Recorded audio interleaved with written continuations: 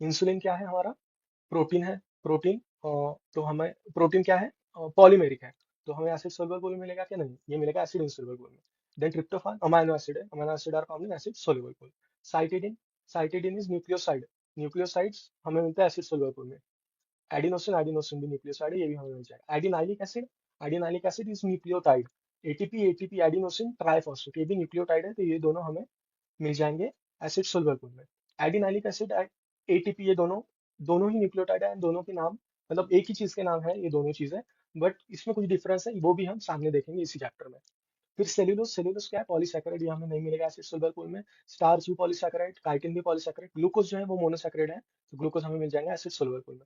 DNA is nucleic acid, ये भी नहीं मिलेगा। R R N A, M R N A and T R N A, transfer R N A, तो ये तीनों न्यूक्लिक एसिड्स हैं, ये तीनों हमें एसिड सॉल्युबल पूल में नहीं मिलेंगे। ग्लाइकोजन, ग्लाइकोजन इज पॉलीसैकेराइड है, स्टोरेज स्टोरेज पॉलीसैकेराइड है इन द एनिमल्स, तो ग्लाइकोजन भी हमें एसिड सॉल्युबल पूल में नहीं मिलेगा।